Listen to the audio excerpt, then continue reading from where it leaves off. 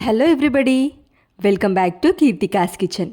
ఈరోజు వీడియోలో సరికొత్తగా ఎప్పుడూ చేసుకునే విధంగా కాకుండా పిల్లల నుండి పెద్ద వయసు వాళ్ళ వరకు కూడా ఈజీగా జీర్ణమయ్యే విధంగా కరకరలాడే సన్న కారపూస రెసిపీ పక్కా కొలతలతో ఈ వీడియోలో చూపిస్తున్నాను.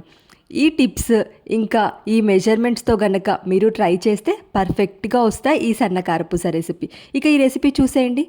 ముందుగా మిక్సీ జార్లో ఒక 5-6 పచ్చిమిర్చి వేసేసుకోవాలి. నెక్స్ట్ ఇందులోనే వెల్లుల్లి పొట్టు తీయవసరం లేదు, ఇవి కూడా ఒక 5-6 వెల్లుల్లి. అదేవిధంగా ఇందులోనే 1 టేబుల్ స్పూన్ వరకు వాము, రుచికి సరిపడా సాల్ట్ వేసేసుకోవాలి. ఇక వీటన్నిటిని కూడా ఫస్ట్ కోర్స్గా గ్రైండ్ చేసుకొని ఇందులో ఒక 1/2 కప్ వరకు వాటర్ పోసుకొని మెత్తని పేస్ట్లా గ్రైండ్ చేసుకొని ఈ పేస్ట్ని వడకట్టేసుకోవాలి. ఇలా గ్రైండ్ చేసుకున్న ఈ పచ్చిమిర్చి పేస్ట్ని మొత్తం జ్యూస్ ఎక్స్ట్రాక్ట్ చేసేసుకోవాలి. ఈ జ్యూస్ మొత్తం స్ట్రెయిన్ చేసేసుకొని పిప్పిని మాత్రం తీసేయాలి. ఈ విధంగా స్ట్రెయిన్ చేసుకోవడం వల్ల మనకు ఈ జ్యూస్ రెడీ అవుతుంది. ఇక ఇది పక్కన పెట్టేసి పిండి ప్రిపరేషన్ కోసం 2 కప్పుల శనగపిండి తీసుకున్నాను. మీరు ఏ కప్పు మెజర్మెంట్స్తో అయినా తీసుకోవచ్చు. ఇలా 2 కప్పుల శనగపిండి తీసుకొని ఈ పిండిని బాగా జల్లించుకోవాలి. ఇలా జల్లించుకోవడం వల్ల పిండిలో ఎక్స్ట్రాగా ఉండిపోయిన నలకలు అనేవి పోతాయి. ఇప్పుడు సేమ్ కప్పుతో 2 కప్పుల బియ్యపిండి, ఏ కప్పుతో అయితే మనం శనగపిండి తీసుకున్నామో అదే కప్పుతో సేమ్ క్వాంటిటీలో 2 కప్పుల శనగపిండి, 2 కప్పుల బియ్యపిండి. కారపూస కేవలం శనగపిండితో కాకుండా ఇలా బియ్యపిండి కలిపి వేయడం వల్ల గుల్లగా క్రిస్పీగా వస్తాయి. ఇక బియ్యపిండిని కూడా జల్లించుకున్న తర్వాత ఈ 2 పిండిలు కలిసే విధంగా ఒకసారి బాగా మిక్స్ చేసేసుకొని మనం ముందుగా గ్రైండ్ చేసి స్ట్రెయిన్ చేసుకున్న ఈ జ్యూస్ ఉంది కదా, ఈ జ్యూస్ కొంచెం కొంచెం వేసుకుంటూ కలుపుకోవాలి. ఈ జ్యూస్ కూడా మనం కొలుచుకుంటే కరెక్ట్గా 1 కప్పు జ్యూస్ వస్తుందన్నమాట. ఇక ఈ జ్యూస్ పిండిలో బాగా కలిసే విధంగా ఒకేసారి కాకుండా కొంచెం కొంచెంగా ఈ జ్యూస్ పోసుకుంటూ పిండిని మొత్తం కూడా కలుపుకోవాలి. ఇక ఇలా పిండిని కలుపుకున్న తర్వాత ఇందులోనే ఒక 1/2 టేబుల్ స్పూన్ పసుపు వేసుకొని ఒకసారి మరలా బాగా మిక్స్ చేసేసుకోవాలి. నెక్స్ట్ ఇక ఈ పిండిని కలుపుకోవాలి. 1 కప్పు వాటర్ తీసుకొని కొంచెం కొంచెంగా వాటర్ పోసుకుంటూ కలుపుకోండి. వాటర్ ఒకేసారి కాకుండా కొంచెం కొంచెం వేసుకుంటూ కలుపుకోవాలి, లేదంటే పిండి జారుగా అయిపోతుంది. సో కొంచెం కొంచెంగా వాటర్ పోసుకుంటూ కలుపుకోవడం వల్ల మనకు పిండి మరీ గట్టిగా కాకుండా మరీ జారుగా కాకుండా నేను ఇక్కడ చూపిస్తున్నాను చూడండి, కన్సిస్టెన్సీ ఈ విధంగా వచ్చే విధంగా కలుపుకోవాలి.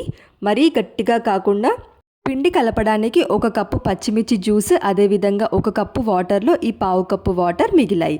ఇక ఈ కన్సిస్టెన్సీ వచ్చే విధంగా కలుపుకుంటే సరిపోతుంది. సన్న కారపూస చేయడానికి ఇలా చిన్న హోల్స్ ఉన్న ప్లేట్ తీసేసుకొని కారపూస చేసే గొట్టానికి ఒకసారి ఆయిల్ అప్లై చేసేసుకోవాలి.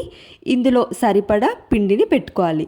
పిండి పెట్టే ముందు చెయ్యి తడుపుకోవడానికి పక్కనే వాటర్ పెట్టేసుకొని ఇందులో ఒకసారి చెయ్యి డిప్ చేసేసి పిండి కొంచెం తీసుకొని ఈ కారపూస చేసే గొట్టంలో పెట్టేసుకోవాలి.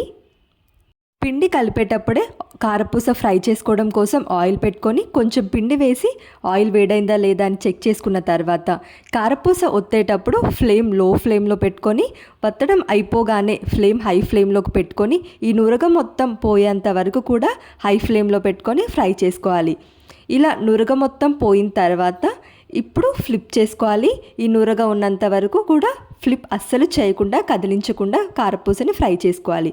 ఇలా నురగ పూర్తిగా పోయిన తర్వాత ఫ్లిప్ చేసి ఇంకొక వైపు కూడా ఫ్రై చేసేసుకోవాలి.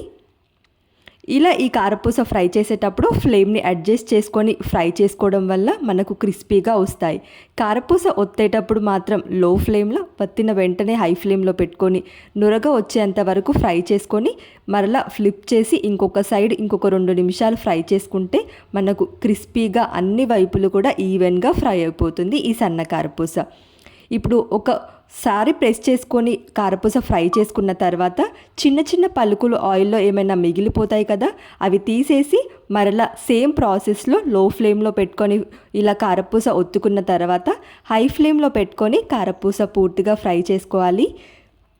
ఈ చిన్న చిన్న టిప్స్ ఫాలో అయ్యి ఈ మెజర్మెంట్స్తో కారపూస చేసుకుంటే ఎంతో టేస్టీగా ఉండి అదేవిధంగా ఈజీగా జీర్ణమయ్యే విధంగా ఉండే ఈ కారపూస రెసిపీ రెడీ అయిపోతుంది.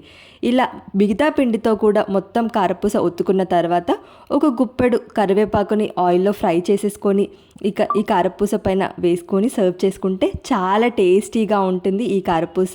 ఎప్పుడు రెగ్యులర్గా చేసే కారపూస కాకుండా ఇలా ఒకసారి ట్రై చేయండి. ట్రై చేసి ఎలా వచ్చిందో కామెంట్ సెక్షన్లో చెప్పండి. వీడియో నచ్చితే లైక్ చేయండి, ఫ్రెండ్స్ అండ్ ఫ్యామిలీకి షేర్ చేయండి. ఇలాంటి మరిన్ని ఇంట్రెస్టింగ్ రెసిపీస్ కోసం ఛానల్ని సబ్స్క్రైబ్ చేయండి. Thank you for watching.